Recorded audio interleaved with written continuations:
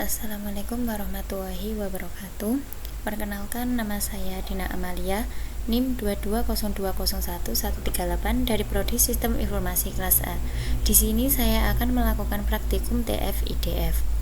Yang pertama, apa sih pengertian dari TF-IDF? TF-IDF adalah metode untuk memberikan bobot pada setiap kata dalam dokumen. Berdasarkan yang pertama ada TF atau term frekuensi, yaitu seberapa sering kata muncul di dokumen tersebut. Yang kedua ada IDF, yaitu inverse document frequency, yaitu seberapa jarang kata itu muncul di seluruh kumpulan dokumen. Selanjutnya saya akan menjelaskan rumus manual TF-IDF. Berikut adalah rumus dari TF-IDF. Yang pertama ada untuk term frekuensi atau TF, yaitu untuk mengukur seberapa sering kata T muncul dalam dokumen D. Rumusnya yaitu TF TD sama dengan FTD sigma K FKD. Dari keterangannya yaitu FTD itu jumlah kemunculan kata T dalam dokumen D. Untuk EKFKD yaitu total jumlah semua kata dalam dokumen D. Di sini bermakna semakin sering sebuah kata muncul dalam dokumen tertentu, semakin besar nilainya.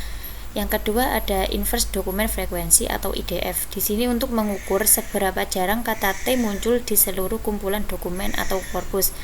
Rumusnya yaitu IDF T sama dengan log N dibagi NT. Keterangannya yaitu untuk N sendiri yaitu jumlah total dokumen dalam korpus. Untuk NT yaitu jumlah dokumen yang mengandung kata T. Maknanya yaitu kata yang muncul di banyak dokumen umum nilai IDF kecil. Jika kata yang muncul di sedikit dokumen atau jarang yaitu nilai IDF-nya besar. Kadang juga digunakan variasi dengan smoothing agar tidak terjadi pembagian 0. Rumusnya yaitu IDF T sama dengan log N dibagi 1 plus NT ditambah 1. Untuk yang terakhir ada nilai akhir dari TF-IDF, yaitu setelah mendapatkan TF dan IDF, kalikan keduanya dengan rumus TF-IDF TD sama dengan TF TD dikali IDF T. Nilai TF-IDF tinggi berarti kata tersebut penting dan relevan dalam dokumen tertentu, tetapi tidak sering muncul di dokumen lain. Selanjutnya ada contoh aplikasi TF-IDF di dunia kerja. Yang pertama yaitu Customer Service dan Chatbot. Penerapannya yaitu analisis percakapan pelanggan atau text classification untuk memahami konteks pertanyaan. Cara kerjanya yaitu chatbot atau sistem NLP menghitung TF-IDF dari pernyataan pengguna lalu mencari jawaban paling relevan dari basis data jawaban yang tersedia. Yang kedua ada digital marketing dan SEO. Penerapannya yaitu dalam analisis kata kunci atau keyword analisis dan optimasi konten. Cara kerjanya TF-IDF membantu menentukan kata mana yang paling relevan dan sering muncul dalam konten dengan tetap memperhatikan perbedaan antar halaman web. Yang ketiga ada jurnalisme dan media. Penerapannya yaitu text summarization dan topic detection. Cara kerjanya TF-IDF digunakan untuk menentukan kalimat atau kata yang paling penting dalam artikel berita, lalu menyusunnya menjadi ringkasan otomatis. Kelebihan TF-IDF yaitu 1. Sederhana dan efisien, di mana rumus TF-IDF mudah dihitung dan tidak memerlukan komputasi berat. Yang kedua, menangkap relevansi kata, di mana TF-IDF menilai pentingnya sebuah kata dalam dokumen tertentu dibandingkan dengan keseluruhan koleksi dokumen. Yang ketiga, mengurangi pengaruh kata umum, misalnya kata umum seperti yang dan adalah mendapat bobot kecil karena sering muncul di banyak teks. Untuk kekurangan TF-IDF yaitu 1. Tidak memahami makna atau semantik, di mana TF-IDF hanya menghitung frekuensi bukan makna kata. Yang kedua, sensitif terhadap panjang dokumen, misalnya dokumen yang panjang cenderung memiliki lebih banyak kata unik yang dapat mempengaruhi bobot TF-IDF. Yang ketiga, tidak adaptif terhadap perubahan data, di mana saat ada dokumen yang baru ditambahkan, seluruh nilai IDF perlu dihitung ulang. Selanjutnya ada tahapan TF-IDF. Pertama, pengumpulan dokumen. Di sini bertujuan untuk menentukan korpus teks. Yang kedua ada pra-pemrosesan. Di sini bertujuan untuk membersihkan dan menyiapkan data. Yang ketiga ada menghitung TF untuk frekuensi kata di dalam dokumen. Yang keempat ada hitung IDF untuk menilai seberapa unik kata di seluruh dokumen. Yang kelima yaitu menghitung TF-IDF untuk mengukur kepentingan kata dalam konteks global.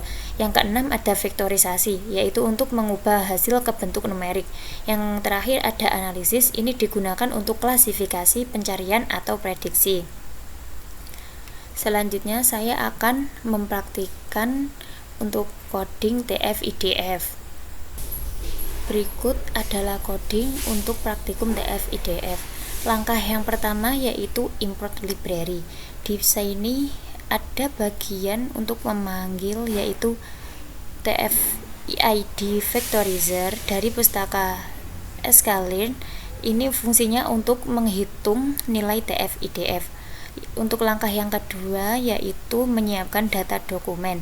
Di sini dibuat 3 kalimat dokumen dan TF-IDF akan mencari kata unik dari semua dokumen dan menghitung bobot kemunculannya.